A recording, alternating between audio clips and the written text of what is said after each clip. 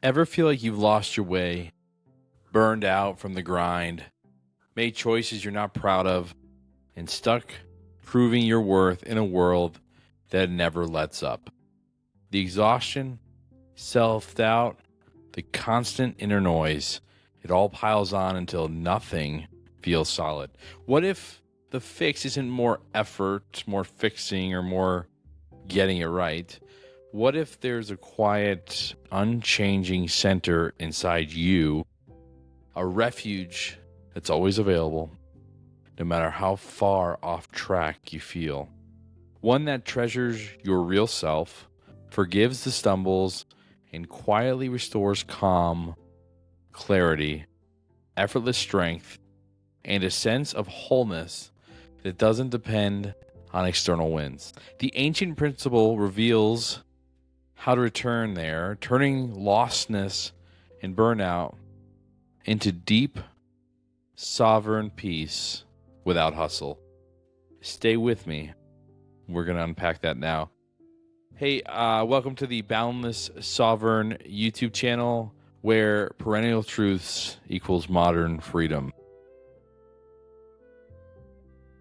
Chapter 62 of the Tao Te Ching is where we are currently. This is the John Minford translation, the inner sanctuary. The Tao is the inner sanctuary of the myriad things, treasure of the good, refuge of the not so good.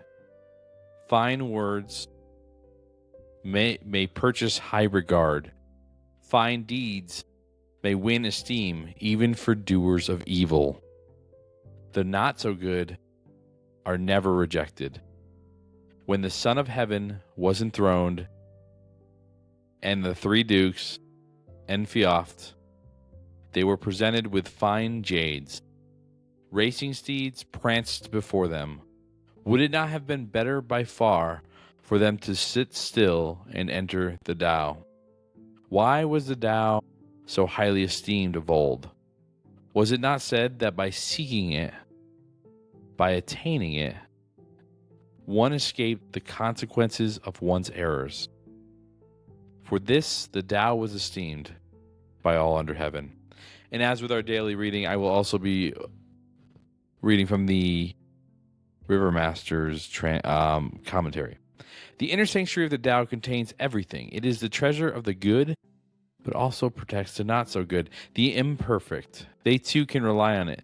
Through remorse and humility, they are transformed in the Tao. In ancient times, they were never rejected. The inner power transformed them and made them pure. The three dukes were well advised to sit still and enter the Tao.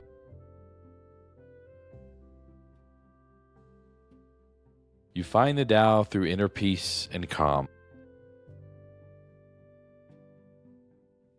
The toiling of the mind, the roller coaster of emotions from the heart. While these things are rampant in your awareness, it is damn near impossible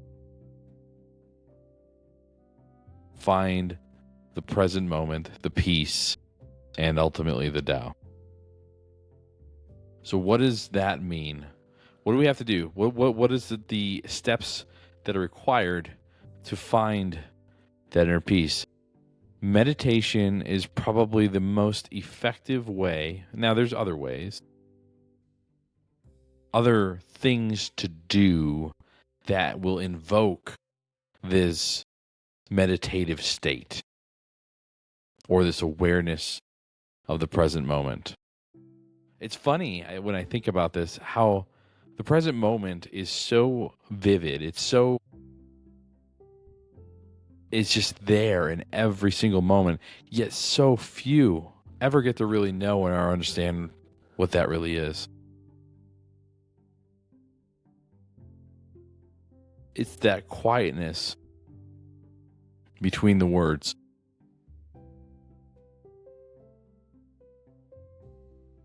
The silence between the notes and music.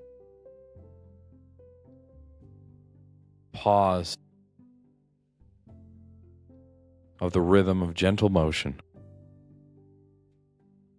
that quietness that is the background of all existence, that's here and now, always and forever. When you hear that or feel that in the background,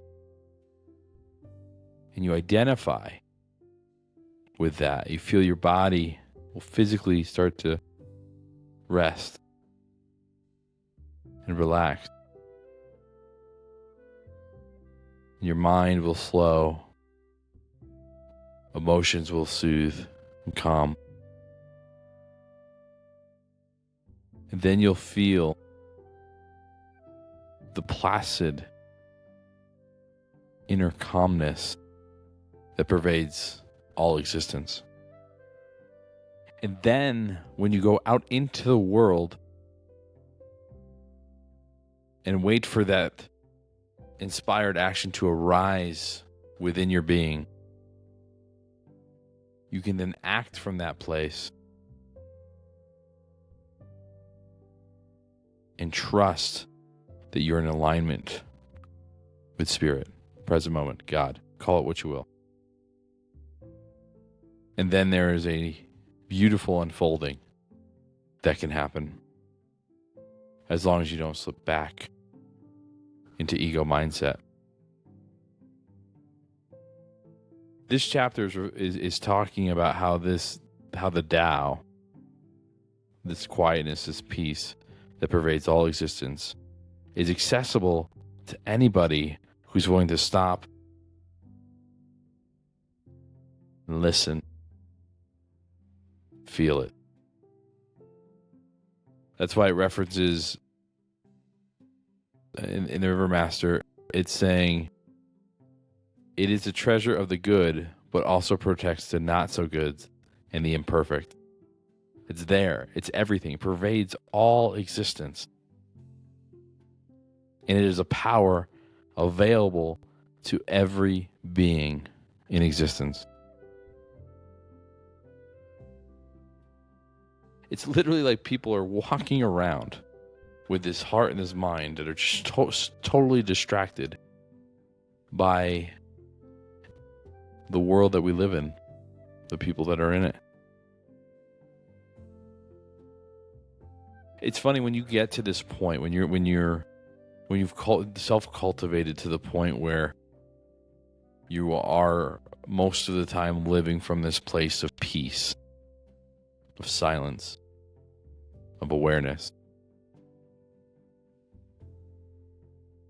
And then you walk into a crowded room or an airport or subway or somewhere out in the world where there's a lot of people, and you start to notice, as you look around, you can see how caught up in the drama everybody is, how lost in their day-to-day existence, their awareness hijacked by whatever thoughts or feelings or experiences or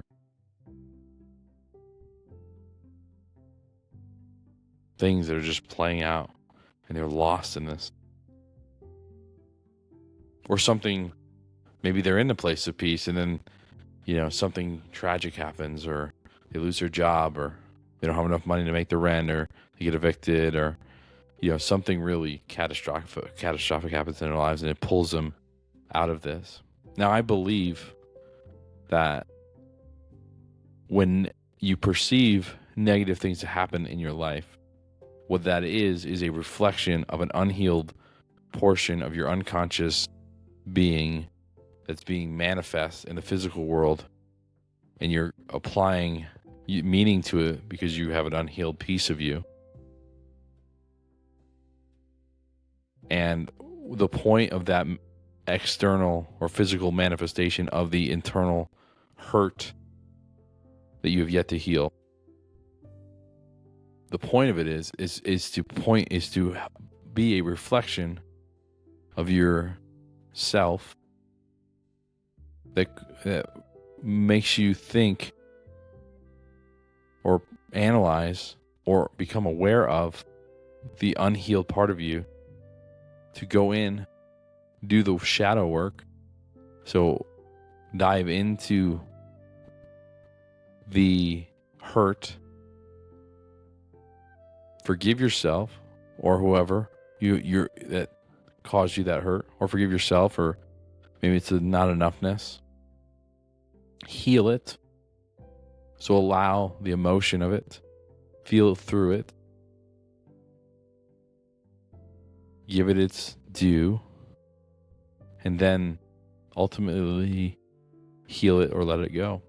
And then what you'll find is that that external manifestation of that internal hurt will dissipate.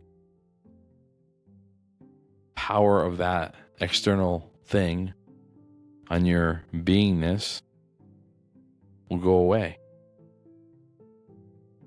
And when you allow that to happen, you can go to the next level, deal with the next piece of shadow, or live more wholly or fully from this place of peace in the Tao. I hope this episode resonated with you. This was chapter 62 of the Tao Te Ching. This is the Boundless Sovereign YouTube channel.